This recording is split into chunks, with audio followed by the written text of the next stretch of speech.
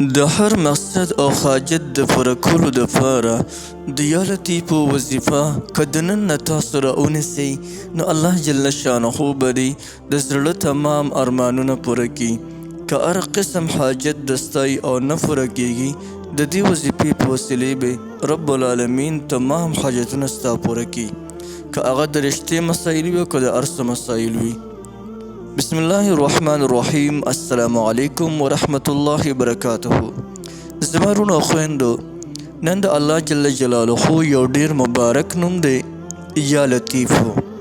د دې وظیفې یو داسې زبردست ترکیب او تاثیر درته ښیم چې دا وظیفه کله تاسو شروع وکړئ ستاسو د زرګونه حاجتونه ولې نه وي الله جل جلاله به د دې وظیفې په برکت سره پوره کړي.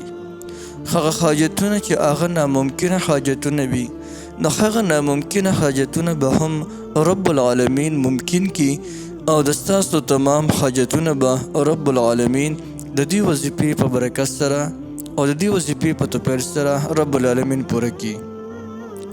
که یو ملګری دی او د هغې ملګري رشته نه کیږي د رشتې د حصول دپاره هم دا وظیفه هم په دې طریقې سره وکړه، کومه طریقه چې درته زه ښیم هم په دې طریقې سره تاسو وکړئ نو انشاءالله چې الله جل شانه به په یو نیک ځای کې تاسو ته یو زبردست رشته درکړي.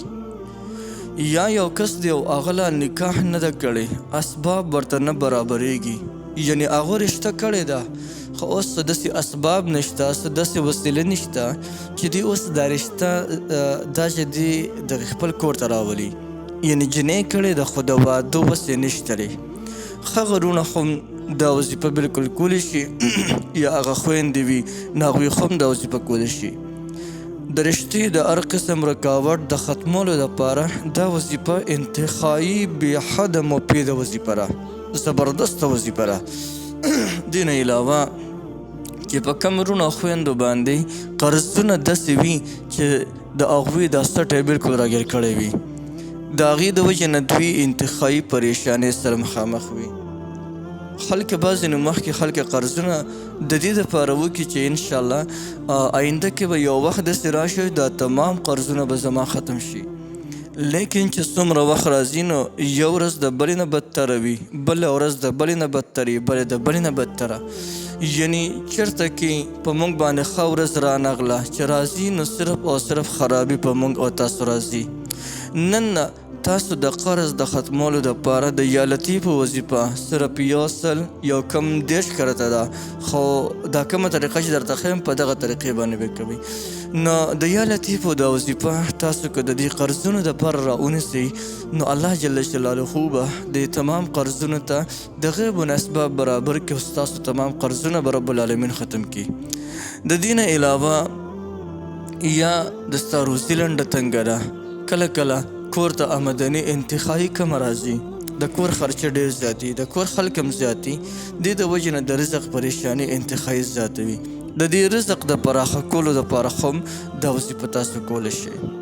یا د کاروبار د بندش دپاره دی، ستاسو کاروبار نه لګي، نوکري هم نشته دی، د ستاسو روزګار نشته، د هغې دپاره هم د یا لطیفو وظیفه تاسو کولی شئ.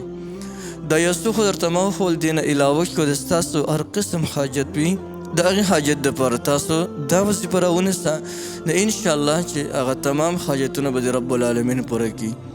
راځئ د وظیفې کولو طریقه درته ښیم، ډېره انتهایی اسانه طریقه ده.